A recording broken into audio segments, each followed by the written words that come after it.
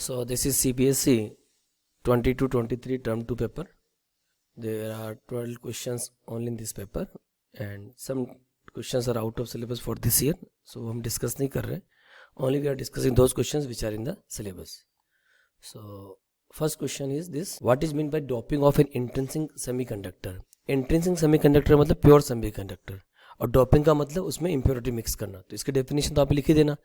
The addition of the impurity is called the doping. उसके बाद इसमें लिखा name the two types of the atoms use for doping of germanium and silicon. As we all know very well, जब भी doping करेंगे या तो N type semiconductor बनेगा या पी टाइप सेमीकंडक्टर बनेगा, ये हमें पता है, यहाँ तो कोई दिक्कत नहीं. यानी कि एन टाइप कब बनेगा? जब आप पेंटावेलेंट इम्प्योरिटी डालोगे. एन टाइप कब बनेगा? जब आप पेंटावेलेंट डालोगे. और पी टाइप कब बनेगा? जब आप ट्राईवेलेंट इम्प्योरिटी डालोगे. अब पेंटावेलेंट के एग्जाम्पल कौन से हो जाएंगे? Like arsenic, like antimony, like bismuth etcetera. Trivalent के कौन कौन से हो जाएंगे? Aluminium, indium, gallium and etcetera. तो आपको केवल एक एक एग्जांपल लेने, इधर से आर्सेनिक ले लो, इधर से एल्यूमिनियम ले लो, ये जो भी आपको उस वक्त याद आ जाए. ठीक है. Now we move to the next question. Question number 2 का फर्स्ट पार्ट न्यूक्ली इस साल सिलेबस में नहीं है, so we are not discussing this, but और पार्ट इन द सिलेबस, तो हम लोग और पार्ट पे जा रहे हैं.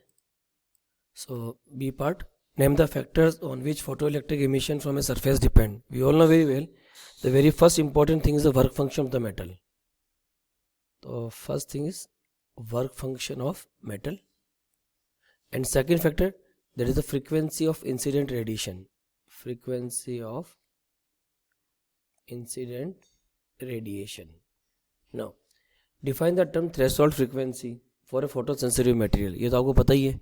The minimum frequency which is required of the incident radiation below which no photoelectric emission can take place. यानी कम से कम इतनी फ्रीक्वेंसी तो होनी चाहिए. वो कम से कम जो फ्रीक्वेंसी फोटोइलेक्ट्रिक इफेक्ट के लिए रिस्पॉन्सिबल, उसे कहते हैं threshold frequency. Question number 3, explain the formation of the barrier potential in A PN junction. देखो आपको पता है पीएन जंक्शन कैसे बनेगा. सपोज आप कहते हैं पी टाइप सेमीकंडक्टर लेते हैं और एक एन टाइप सेमीकंडक्टर लेते हैं और आप दोनों को ज्वाइन कर देते हो. ये पी है और ये एन है. पी में क्या होते हैं? होल्स.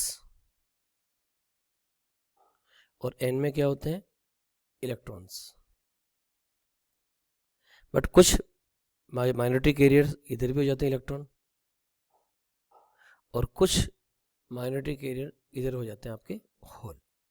ये बात आपको पता है. अब जब पी में देखोगे तो होल की कंसंट्रेशन ज़्यादा है, एन में होल की कंसंट्रेशन कम है, तो होल का डिफ्यूजन पी से एन की तरफ होगा. This is the diffusion of hole. और इलेक्ट्रॉन की कंसंट्रेशन एन में ज़्यादा है, पी में कम है, तो इलेक्ट्रॉन का डिफ्यूजन होगा एन से पी. इधर इलेक्ट्रॉन का डिफ्यूजन होगा. ये डिफ्यूजन करंट स्टार्ट हो जाती है. अब जैसे ही एक होल, और हर होल के साथ क्या होता है? एक नेगेटिव इमोबाइल आयन, और हर इलेक्ट्रॉन के साथ क्या होता है? एक positive immobile ion. That also we know very well. तो जैसे ही होल इधर से इधर जाता है और इलेक्ट्रॉन से मिक्स होता है और ये डिफ्यूज हो जाता है. जैसे सपोज ये होल यहाँ से चला, ये दोनों मिल गए और डिफ्यूज हो गए. सिमिलरली ये दोनों मिल गए और डिफ्यूज हो गए. तो जंक्शन के सराउंडिंग क्या होगा? ये जो जंक्शन है इसके सराउंडिंग क्या हो जाएगा? यहाँ पे एक नेगेटिव इमोबाइल और पॉजिटिव इमोबाइल की लेयर बन जाती है. लेट आई से this is the layer of the negative immobile ion and this is layer of the positive immobile ion. ये बात आपको समझ में आ गई होगी. यहाँ तक कोई दिक्कत नहीं. अब ये जो नेगेटिव है, अब इन इलेक्ट्रॉन को, जो इलेक्ट्रॉन एन से पी की तरफ जा रहे थे और इधर नेगेटिव लगा हुआ है, तो इनका डिफ्यूजन रोक देगा. एज ए बैरियर काम कर रहा है. इसी तरह ये जो पॉजिटिव है, जो होल आसानी से इधर से इधर जा रहे थे, जैसे ही पॉजिटिव की तरफ आए, ये पॉजिटिव रिपेल करेगा, तो होल का डिफ्यूजन भी स्टॉप हो जाएगा. ये जो नेगेटिव पॉजिटिव जो मूवमेंट रोक रहे हैं, ये एज ए बैरियर काम करते हैं. इनका जो वोल्टेज होता है पॉजिटिव नेगेटिव, फिक्सेशन बैटरी बन गई है. इस बैटरी को हम लोग क्या कहते हैं? Barrier potential. Okay. State the Bohr's postulate to explain stable orbit in a hydrogen atom. Prove that the speed with which the electron revolve in the nth orbit is proportional to 1/n. तो सबसे पहले तो bore के तीनों postulate लिख देना यहाँ पे. फर्स्ट पोस्टुलेट क्या था? Electron revolve in the circular orbit and without the emission of the radiant energy. और वहाँ पे फोर्स को क्या बैलेंस करते हो? Centrifugal force mv²/r is given by electrostatic force k q1 q2. q1 तो क्या हो गया? जेडी, और इलेक्ट्रॉन का चार्ज ही तो k ZD²/r². सेकेंड पोस्टुलेट क्या लिखो आप? Quantisation of the angular momentum. ये क्या बताता है? mvr equal to NH upon 2 यानी इलेक्ट्रॉन रिवॉल्व उसी ऑर्बिट में कर सकता है जिसके लिए angular momentum integral multiple of h upon 2 हो। ठीक है। तीसरा आपने क्या पढ़ा है, जब भी इलेक्ट्रॉन हायर एनर्जी लेवल से लोअर एनर्जी लेवल पे आता है इट रेडिएट्स द फोटोन, और जो फोटोन रेडिएट होता है उसकी एनर्जी क्या देते हैं, ई फाइनल या ई initial minus E final is given by H new. एक काम तो ये हो गया स्टेट द बोर्स पोस्टुलेट। उसके बाद आपसे पूछ रहा है prove that the speed with which the electron revolve in the element. अब स्पीड का हमें फॉर्मूला निकालना है, और स्पीड के फॉर्मूले के लिए मैं इसको ले लेता हूँ इक्वेशन नंबर 1 और इसको ले लेता हूँ मैं इक्वेशन नंबर 2। अब देखो 1 में आर से आर आपने कैंसिल कर दिया तो आपको क्या मिलेगा, m square equal to k z e square upon r. ठीक है। और सेकंड में m v r equal to N H upon 2 pi है। इससे आप आर की वैल्यू निकाल लो, यहाँ से आर की वैल्यू कितनी आएगी, n H upon 2 pi m r, और ये आर की value r equal n H upon 2 pi M v, sorry यहाँ पे आएगा वी, ये आ गया आपका वी। अब ये आर की वैल्यू आप उठा के यहाँ रखो तो आपको क्या मिलेगा, M V square equal to K J D square upon R equal to N H upon 2 pi M V. अब देखो वी से वी कट गया, एम से एम भी कट गया, तो अब वी की वैल्यू कैलकुलेट करके क्या आ जाएगा, 2 पाई के z e square upon N H. तो यहाँ से आपने प्रूव कर दिया ना, speed which the electron revolve in the nth orbit v is proportional to 1/n। तो this is proved. Okay. Now question number 5, briefly explain how EMF is generated in solar cell. This is not in the syllabus. So question number 6, a narrow beam of the proton each having 4.1 mega electron energy is approaching. Question number 7, in a diffraction pattern due to single slit, how will the angular width of the central maxima change if orange light is used? अच्छा, सबसे पहले तो angular width का formula कैसे निकालोगे, ये आपका logic है सिंगल स्लिट डिफ्रैक्शन का। ये स्क्रीन है, ये सिंगल स्लिट है जिसकी विड्थ हम लोग सपोज ए मानते हैं, और ये यहाँ पे सेंटर ब्राइट आ रहा है। ये कंडीशन क्या है, फर्स्ट मिनिमा, यहाँ भी आपको क्या मिल रहा है, फर्स्ट मिनिमा, ये बात आप लोगों को पता है। और फर्स्ट मिनिमा जहाँ भी होती है उस जगह हम क्या लिखते हैं, A sine theta is given by lambda, ये बात आपको पता है। और sine theta is given by lambda upon A, theta small होता है साइन थीटा को थीटा लिख लेते हैं, थीटा क्या हो गया, लेमड़ा अपॉन ए। तो टोटल एंगुलर विड्थ कितनी होगी सेंट्रल मैक्सिमा की, तो सेंट्रल मैक्सिमा की एंगुलर विड्थ कितनी होगी, 2 लेमड़ा अपॉन ए, ये बात आपको पता चल गया। This 2 lambda upon a is the angular width of the central maxima. अब आपसे ये कह रहा है कि orange light is used in place of the green light. अब सबसे पहले तो ग्रीन लाइट ऑरेंज लाइट में किसकी वेवलेंथ ज़्यादा है, तो I hope it is clear to all of you. VIBGYOR लगाओगे, रेड की वेवलेंथ सबसे ज़्यादा होती है, वॉयलेट की कम होती है, ये पता है। आपको किसको कवर करना है, ग्रीन और ऑरेंज, तो पक्का ऑरेंज की ज़्यादा होगी। तो जब ऑरेंज लाइट की वेवलेंथ ज़्यादा है तो एंगुलर विड्थ भी ज़्यादा होगी, यानी आप क्या बोलोगे, in this situation angular width of the centre maxima will increase. तो पहले का आंसर क्या आ जाएगा, एंगुलर विड्थ विल इंक्रीज। अब सेकंड पार्ट देखो, सेकंड पार्ट में आपको दे रहा है screen is moved closer to the slit. अब देखो इस फॉर्मूले में 2 लेमड़ा बाई ए में कहीं पे भी इस कैपिटल डी का कोई लेना देना नहीं है, क्योंकि capital D is the distance between the slit and the screen.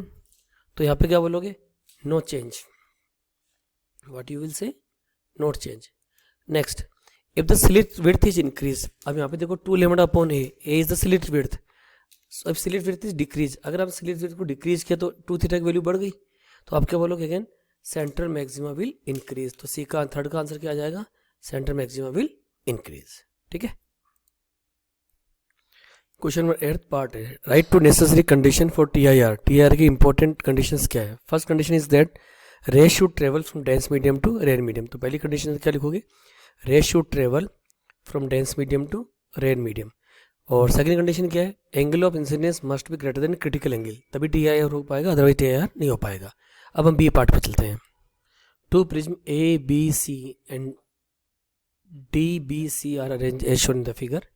The critical angle for the 2 prism with respect to air are 41.1 degree, ऊपर वाले का 41.1 डिग्री है और नीचे वाले का 45 डिग्री है।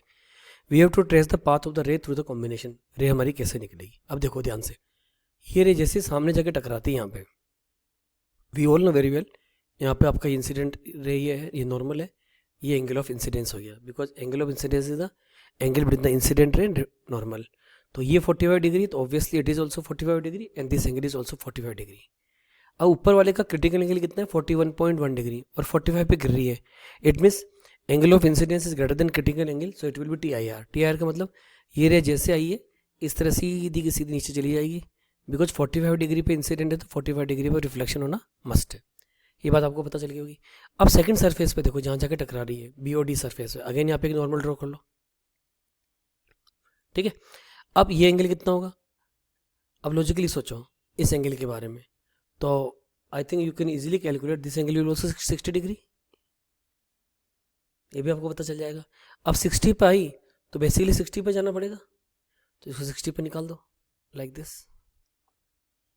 अब ये 60 है तो देखो ये एंगल कितना हो गया नीचे वाला, ये एंगल रिमेनिंग एंगल कितना हो गया 30। अब ध्यान से देना ये 30 है और तो ये 60 है, तो बेसिकली ये एंगल 90 डिग्री होगा ना नॉर्मली, इन रे BC से नॉर्मली निकालोगे, तो थोड़ा सा मैंने एरो ऐसे बना दिया रेड कलर वाला, आप लोग 90 डिग्री पर निकाल दोगे। तो इस तरह से आपको इसको ट्रेस करना है। अब हम सेकंड चॉइस में चलते हैं, ए पार्ट पे। अब देखो आप A part, an object is placed in front of the converging lens, ये आपका कॉन्वेक्स लेंस है या कन्वर्जिंग लेंस है, यहाँ पे आपने एक ऑब्जेक्ट रखा हुआ है। Obtain the condition under which the magnification produce by the lens is negative. Magnification negative कब होगा, जब इमेज उल्टी बने तभी मैग्निफिकेशन नेगेटिव होगा। और पॉजिटिव कब बनेगा, जब इमेज वो सीधी सीधी बने जैसा ऑब्जेक्ट है। तो सपोज ऑब्जेक्ट मैंने ऐसा रखा लाइक दिस, ये मेरा ऑब्जेक्ट है। तो सेकंड तो शायद सबको राइट समझ में आ गया होगा, जब ऑब्जेक्ट फोकस और ऑप्टिकल सेंटर में रखा होगा तो we will get virtual erect and magnified image. तो ये तो पॉजिटिव वाले का आंसर आ गया। क्या लिखोगे पॉजिटिव वाले के लिए, ऑब्जेक्ट शुड बी प्लेस्ड और should be placed between focus and optical centre. अब नेगेटिव वाले के लिए ये भी आप लोग जानते हो, क्या बोलोगे, फोकस के अलावा ऑब्जेक्ट को कहीं भी रख दो। इस ऑब्जेक्ट को अगर हम फोकस के अलावा कहीं भी रखेंगे तो इमेज उल्टी बनेगी ना, ये बात सबको पता है। तो फर्स्ट इसके लिए क्या लिखोगे नेगेटिव के लिए, an object should be placed और at any point beyond the focus, beyond the focus. Okay, अब हम इसका बी पार्ट देखते हैं। A point object is placed at O in front of the glass sphere as shown in the figure, show the formation of the image by the sphere. अब देखो मैं थोड़ा इसको नीचे बना लेता हूँ समझाने के लिए। ये आपका ग्लास स्फीयर है पूरा, ये पूरा ग्लास का है और ये आपका प्रिंसिपल एक्सिस मान लो, और यहाँ पे आपका एक ऑब्जेक्ट रखा है O, और ये डिस्टेंस आपको दे रखी है 3R और ये सेंटर है। अब बेसिकली इसको मैं दो सरफेस मान रहा हूँ, ये मेरी सरफेस S1 है और ये मेरी सरफेस S2 है। पहले यहाँ से कोई रे आ रही है, सपोज दिस रे इज कमिंग लाइक दिस, यहाँ पे आई, और नॉर्मल कैसे बनाते हैं, सेंटर ऑफ कर्वेचर को ज्वाइन करने वाली लाइन नॉर्मल कहलाती है। अब देखो ये हवा है, ये रेयर मीडियम है, ये ग्लास है, ये डेंस मीडियम है। अब जब रेयर से डेंस की तरफ कोई रे जाती है, it always bend towards the normal. तो हम लोग अभी सेकंड सरफेस S2 को भूल रहे हैं और बेंडिंग करें टुवर्ड्स द नॉर्मल, और ये रे ऐसे चली गई लाइक दिस। यानी अगर ये सेकंड सरफेस S2 नहीं होता तो रे फाइनली यहाँ पे जाती। ये बात समझ में आ गया। इसको इमेज को हम लोग क्या कहते हैं I1। लेकिन जब रे यहाँ से यहाँ आई तो आप देखते हो ray is travelling from dense to rare medium, क्योंकि ये डेंस है और ये मीडियम है। तो again we will draw the normal, ये हमने नॉर्मल ड्रॉ कर दिया। And ray is travelling from dense to rare. अब डेंस से रेयर जाने का क्या रूल है, जब भी रे डेंस से रेयर में जाएगी it will move away from the normal. तो ये नॉर्मल है तो ग्रीन वाली ऊपर तो जाएगी नहीं, नीचे अवे फ्रॉम द नॉर्मल होता है नीचे की तरफ जाएगी यहाँ कहीं। तो यहाँ कहीं हमारी फाइनल इमेज बनेगी, इसको हम लोग बोलेंगे final image of object O। ठीक है, तो this is the formation of the image by the sphere. Question number 9, an electron is accelerated from rest through a potential difference of 100 volt. The wavelengths associated with it. अब देखो de Broglie का सवाल आ गया है ना। तो first के लिए क्या लिखोगे फॉर्मूला, वही आपका लेमडा इक्वल टू इलेक्ट्रॉन के लिए क्या फॉर्मूला होता है 12.27 अपॉन रूट वी, यानी 12.27 अपॉन रूट 100। रूट 100 का मतलब कितना हो गया 10, यानी आंसर क्या आएगा 1.227 एंगस्ट्रॉम। ये तो फर्स्ट पार्ट का आंसर हो गया। Second part, the momentum of the electron. अब मोमेंटम का फॉर्मूला क्या होता है आपका H upon lambda, because lambda H upon P होता है। H की वैल्यू कितनी होती है 6.63 इंटू 10⁻⁻34। लेमडा आपने अभी भी कैलकुलेट किया कितना है 1.227 1.227 एंगस्ट्रॉम को मीटर में कन्वर्ट करोगे, क्या लिखोगे? 10⁻⁻10 मीटर. तो you will solve it and after solution you will get it is 54.03 into 10⁻⁻15 kilogram metre per second. Unit जरूर लिखना भाई, इतना करने के बाद यूनिट नहीं लिखोगे ना अननेसरी आधा एक नंबर कट जाता बिना मतलब. अब हम चलते हैं पार्ट 3 में. तो वेलोसिटी के लिए देखोगे third part, you can directly apply the formula P equal to mv. तो velocity is given by P/m. ठीक है, P की जगह क्या आएगा आपका 54.03 इंटू 10⁻⁻25. मास, इलेक्ट्रॉन का मास तो सबको लर्नी है, 9.1 इंटू 10⁻⁻31 किलोग्राम. तो आप लोग इसको सोल्व करोगे you will get 5.937 into 10⁻6 meter per second. This is the answer of the part 3. अब देखो क्वेश्चन नंबर 10 के लिए. In Young's double slit experiment using light of wavelength lambda is given to 600 nanometer. इसको मीटर में convert करोगे तो it is lambda. The slit separation is that, small D आपको given है 0.8 millimeter. So 0.8 into 10⁻³ meter. And the screen is kept 1.6 metre. तो capital D की value आपको क्या दे रखी है 1.6 मीटर. ठीक है, अब आपको फर्स्ट क्या निकालना, fringe width. We all know very well fringe width is given by beta equal lambda बड़ा डी बाई छोटा डी. लैम्बडा की जगह क्या लिखेंगे हम लोग 600 इंटू 10⁻⁻9. बड़ा डी की जगह क्या लिखोगे 1.6. छोटे डी की जगह क्या लिखोगे 0.8 इंटू 10⁻⁻3. हम लोग इसको सोल्व करेंगे तो बीटा की वैल्यू आ जाएगी 1.2 into 10⁻⁻3 metre. This is the answer of the part 1. The distance third minima and fifth maxima from the centre maxima. अब मैं बड़ा कंसेप्चुअली आपको समझाने की कोशिश कर रहा हूँ जिससे आप सवाल गलत नहीं करो. देखो ये आपका YDSC का सेटअप है, अब ध्यान दो आप लोग. यहाँ से रे जाती है तो सेंटर से ले लें कि डायरेक्ट आंसर ही निकालना. अब तो अपने को वैसे भी इस मोमेंट पे इतना टाइम तो होता नहीं है. तो ये डिस्टेंस हो गई आपकी y, ये डिस्टेंस होगी कैपिटल D, और दोनों स्लिट का सेपरेशन होता है small d. That we know very well. ठीक है, अब मान लो इस जगह जो पॉइंट लिया मैंने यहाँ पे थर्ड मिनिमा बन रहा है, यहाँ पे मेरा थर्ड मिनिमा बन रहा है. मैं उसकी कैलकुलेशन समझा रहा हूँ पहले आपको इस थर्ड मिनिमा की. All of you know very well अगर मिनिमा की कंडीशन है तो पाथ रेफरेंस डेल्टा एक्स है, उसकी वैल्यू क्या होनी चाहिए d sin theta. It must be given by 2n-1 lambda by 2. ये बात समझ में आ गई आपको. और जब थीटा स्मॉल होता है तो sign theta is theta and theta is ten theta. तो हम इसको क्या लिखेंगे d tan theta is given by, अब n की जगह 3 रखो, 3 2 6 -1 it is 5 lambda by 2. So next step d tan theta की वैल्यू क्या लिखोगे डायग्राम में देखो y upon capital D equal to 5 lambda upon 2. अब आपको y की वैल्यू निकालनी है. तो what is the value of the y equal to 5 lambda बड़ा D अपॉन 2 इंटू छोटा d. तो y की वैल्यू कितनी होगी 5. What is the value of the lambda 600 into 10⁻⁻9 into बड़ा d कितना है 1.6 मीटर अपॉन 2 इंटू छोटा d कितना है 0.8 इंटू मीटर. तो आई थिंक आपको लॉजिकली पूरा समझ में आएगा आप लोग कैसे कैलकुलेट करोगे. तो इसको रफली कैलकुलेशन करोगे 8 2 16 6 5 30. ठीक है, तो रफली you will gate y is given by approximately 3 millimetre. So this is the answer of the part A.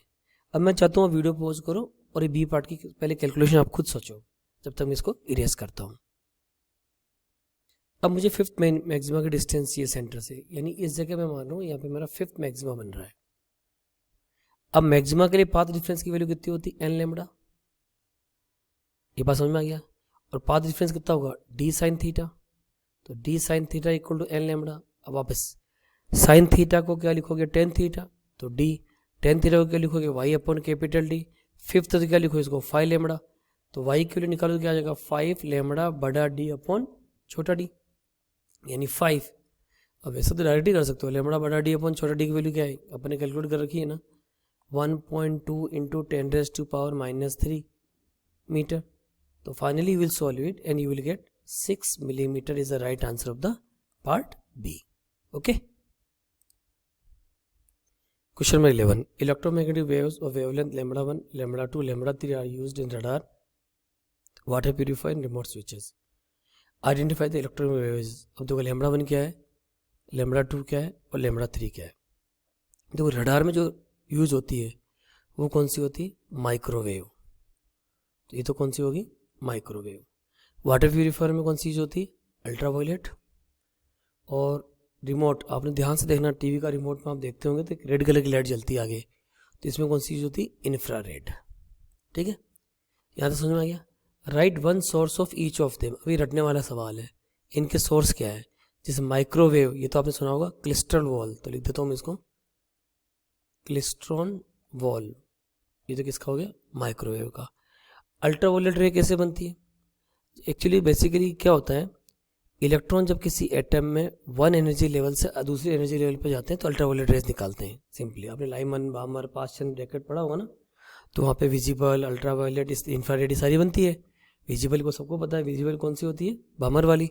तो अल्ट्रावायलेट रेज कहाँ बनेगी, जब इलेक्ट्रॉन ट्रांजिट हो रहे हैं from one energy level to another. तो लिख लो, electron transit from one energy level to another energy level, to another energy level, ये अपने आप लिख लेना, ठीक है, अनदर एनर्जी लेवल।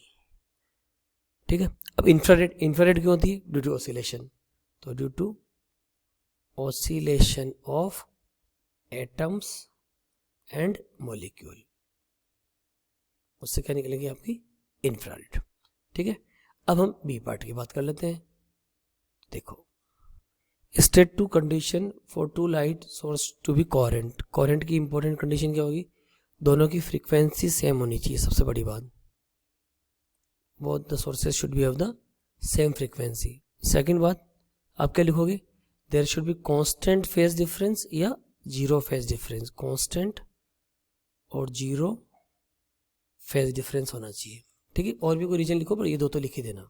ठीक है, B second part, give 2 point of difference between interference pattern due to double slit and diffraction pattern due single slit. Basically आपसे ये पूछ रहा है what is the difference between interference and diffraction, सवाल ये है। ठीक है, तो सबसे बड़ा डिफरेंस तो क्या लिखोगे, यहाँ जितनी भी फ्रिंज बनती है उनकी स्पेसिंग इक्वल होती है, ब्राइटनेस, डार्क बैंड जो भी वो इक्वल होती है ना। तो पहला पॉइंट क्या लिखोगे, यू कैन से equally spaced bright and dark band. ठीक है, क्योंकि इसका इंटरफेरेंस पैटर्न आप लोगों ने देखा होगा एग्जैक्टली आइडेंटिकल आता है इस तरह से, और डिफ्रैक्शन का पैटर्न आपने देखा होगा धीरे धीरे धीरे खत्म हो जाता है ना, लाइक दिस। ठीक है, तो इसमें क्या लिखोगे, फर्स्ट पॉइंट, जो सेंटर ब्राइट है वो तो बड़ा होता है, ठीक है, उसके बाद दूसरे छोटे होते जाते हैं। तो आप क्या लिखोगे, सेंट्रल ब्राइट इज मैक्सिमम, और you can say which is twice as wide as other maximum, ठीक है। दूसरी बात, इंटरफेरेंस में कितने सोर्स होते हैं, 2 सोर्स होते हैं। तो you can say interference pattern is observe due to superposition of 2 waves. अच्छा, अब डिफ्रैक्शन में देखना, यहां तुम गलती करते हो, तो तुम क्या लिखते हो, डिफ्रैक्शन में केवल एक ही सोर्स होता है क्योंकि तुम सिंगल स्लिट पढ़ते हो। लेकिन जब सिंगल स्लिट मैंने पढ़ाया था तब भी आपसे बोला था सिंगल स्लिट के अंदर इनफाइनाइट सोर्स होते हैं, जितने भी सोर्स हैं। So it is due to superposition of continuous family of waves. ठीक है, ये चीज आप इस तरह से डिफरेंस आप लोग लिख दोगे। Next, A compound microscope consist of the 2 converging lens, one of them of the smaller aperture and smaller focal length is called objective. अब देखो कंपाउंड माइक्रोस्कोप में क्या जो सवाल आ गया, टेलीस्कोप में तो जो ये जो ऑब्जेक्टिव होता है बहुत बड़ा होता है कि दूर से लाइट आती है, और कंपाउंड माइक्रोस्कोप में ऑब्जेक्टिव छोटा होता है, आईपीस बड़ा होता है। ये लॉजिक तो सबको पता ही है। ठीक है, objective slightly larger aperture and slightly larger focal length is called eyepiece, बिल्कुल ठीक है। Both the lens are fitted in tube with an arrangement to vary the distance between them. A tiny object is placed in front of the objective at a distance slightly greater than in focal length, बिल्कुल सही बात है। The object produce the image of the object which act as object for the eyepiece, the eyepiece in turn produce the final magnified image. वो diagram है आपका। In a compound microscope the image form by the objective and eyepiece are respectively. अब ध्यान से देखना, जब आप diagram बनाते हो कंपाउंड माइक्रोस्कोप का तो आपको याद होगा यहाँ से रे आई, यहाँ से रे गई, ये ऑप्टिकल सेंटर से डायरेक्ट गई, यहाँ पे एक इमेज बनती है। ये कौन सा लेंस है? ऑब्जेक्टिव। तो ऑब्जेक्टिव ने जो इमेज क्या बनाई? Real and inverted. यानी जो आपका ऑब्जेक्टिव है ये कौन सी इमेज बनाएगा? रियल। रियल, ये दो तो आंसर हो ही नहीं सकते, ठीक है। अब आईपीएस देखो, अब आप ध्यान से रिकॉल करो अपने डायग्राम को। हमेशा फाइनल इमेज इधर ही बनती है, तो फाइनल इमेज इधर बन रही, तो इरेक्ट और वर्चुअल इमेज बन रही है कॉन्वेक्स लेंस की वजह से। तो जो कॉन्वेक्स लेंस की वजह से जो आईपीएस है उसकी वजह से कौन सी इमेज बनेगी? वर्चुअल। तो रियल और वर्चुअल, तो option B is the correct answer. ये बात पता चल गई। अब हम लोग चल रहे हैं सेकंड पार्ट पे। देखो, the magnification due to compound microscope does not depend. अब पहले तो कंपाउंड माइक्रोस्कोप के मैग्निफिकेशन फॉर्मूला रिकॉल करो। आप लोग ध्यान दो, मैग्निफिकेशन फॉर्मूला क्या था? L into D FO into FE, ठीक है। मैं नॉर्मल एडजस्टमेंट की बात कर रहा हूँ, जिससे आपको तो कैरेक्टरिस्टिक ध्यान रहना चाहिए। Does not depend aperture of the objective and the IPS. Aperture को कोई लेना देना नहीं है। एक तो ये आंसर लग रहा है लगभग। The focal length of the objective IPS, इस पर डिपेंड ही कर रही है ना, बी तो हो ही नहीं सकता। The length of the tube, इस पर भी डिपेंड कर रही है, एल पे, ये भी नहीं हो सकता। The colour of the light, ये बहुत इंपॉर्टेंट, कलर पर तो डिपेंड करता है भाई, क्योंकि कलर से वेवलेंथ डिसाइड होती है, वेवलेंथ से फोकल लेंथ डिसाइड होती है, सब कुछ से डिसाइड होता है, तो कलर पर डिपेंड करता है। तो जो राइट आंसर होगा इसका सेकंड पार्ट का राइट आंसर क्या आएगा? Option A, the aperture of the objective and IPS. अब थर्ड पार्ट पे जाते हैं। Which of the following is not correct in the context of the compound microscope. कौन सा सही नहीं है? तो पहले अपन एक देख लो सही कौन से हैं, कभी की जल्दबाजी में तुम गलती नहीं कर दो। देखो, अब कंपाउंड माइक्रोस्कोप का जो बोथ द लेंस और शॉर्ट फोकल लेंथ बिल्कुल सही है, क्योंकि मैग्नीफिकेशन फॉर्मूला मैंने थोड़ी देर पहले लिखा, L into D upon FO into FE। दोनों शॉर्ट होंगे तो भी मैग्नीफिकेशन बढ़ेगा, तो ये तो करेक्ट है। The magnifying power increase by decreasing the focal length of two lens, बिल्कुल सही बात है, फॉर्मूला आपको लिखे रखा मैंने। The distance between the two lens is more than FO plus FE, बिल्कुल सही बात है, अदरवाइज तो टच ही हो जाएंगे, इन्फाइनाइट पे चली जाएगी, तो ये भी सही है। The microscope can be use as the telescope by interchanging the two lens, ये कभी नहीं हो सकता क्या माइक्रो टेलीस्कोप, क्योंकि दोनों का साइज का डिफरेंस है, तो option D is not possible. तो which is not correct? Option D is not correct. अच्छा, ये डी क्यों गलत है, एक बार वापस आपको समझा देता हूँ, आप रिकॉल करो। टेलीस्कोप का जो लेंस होता है ऑब्जेक्टिव बहुत बड़ा होता है और आईपीएस बहुत छोटा होता है, ये टेलीस्कोप है। ऑब्जेक्टिव बहुत बड़ा होता है तो ऑब्जेक्टिव फोकल लेंथ बहुत ज़्यादा होती है कंपेयर टू आईपीएस। ये focal length of the objective is very very large compare to focal length of the eyepiece. लेकिन जो ये जो क्या कहते हैं इसको माइक्रोस्कोप है, उसमें जो दोनों लेंस है उनकी फोकल लेंथ शॉर्ट होती है, ज़्यादा डिफरेंस नहीं होता है, इसलिए कभी भी आप इंटरचेंज करके ऐसा नहीं कर सकते, माइक्रोस्कोप को टेलीस्कोप बना लो, टेलीस्कोप को माइक्रोस्कोप बना लो। ओके, तो थर्ड का आंसर मैंने क्या बोला था? Not correct, that is the option D. अब चलते हैं फोर्थ पार्ट पे। एक compound microscope consist of the objective of 10x, यानी 10 टाइम्स मैग्नीफाइंग कर सकता है ऑब्जेक्टिव, यानी magnifying power of the objective is 10, and IPS 20x, यानी आईपीएस की मैग्नीफाइंग पावर कितनी है? 20। मैग्नीफिकेशन ड्यू टू माइक्रोस्कोप, यानी मैग्नीफिकेशन नेट क्या हो जाएगा? MO into ME, 10 into 20 that is 200, तो final answer will be given by 200, that is the option D. ठीक है, अब क्वेश्चन नंबर 5 में चलो। देखो, the focal length of the objective in IPS of the compound microscope is this. Focal length of the objective is 1.2 centimeter and focal length of the eyepiece is 3 centimeter. The object is placed at a distance 1.525 from the objective. ये objective है, यहाँ पे आपका object रखा है और ये distance आपको दे रखी है 1.25 सेंटीमीटर, इसको यू नोट मान लो, ऑब्जेक्टिव से डिस्टेंस है। If the final image is form the infinity, the magnifying power of the microscope, microscope की मैग्नीफाइंग पावर कितनी होगी? अब ध्यान से देखो इस चीज़ को आप लोग। देखो, सबसे पहले तो magnifying power of microscope formula क्या होता है? अभी थोड़ी देर पहले मैंने लिखा था, M equal to M0 into ME। M0 में तो कोई लफड़ा ही नहीं है, वो तो हमेशा V0 बाई U0 ही होगा। सारा खेल ME का है, एमई के मैंने आपको दो फॉर्मूले बताए सिंपल माइक्रोस्कोप में, याद करो। एक फॉर्मूला मैंने बताया 1+d/fe और एक फॉर्मूला मैंने बताया मैग्नीफिकेशन का आपको d/fe। ठीक है, अब नॉर्मल एडजस्टमेंट का सवाल आ गया तो फॉर्मूला क्या लगेगा, d/fe।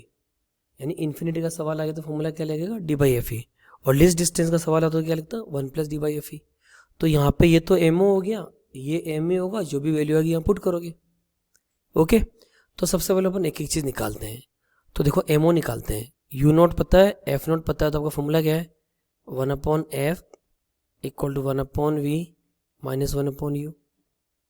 ओके, तो 1/v = 1/f + 1/u, यानी 1/v = 1/f। f ऑब्जेक्टिव की फोकल लेंथ कितनी है, 1.2, तो नीचे 1.2 का पॉइंट उड़ाया तो ऊपर क्या आ गया, 10। अब देखो u नेगेटिव है तो u को नेगेटिव लिख लो, 1.25 तो 125 ऊपर आ जाएगा आपका 100। अब पहले इसको रिड्यूस कर लेते हैं, अदरवाइज कैलकुलेशन थोड़ा टफ हो जाएगा।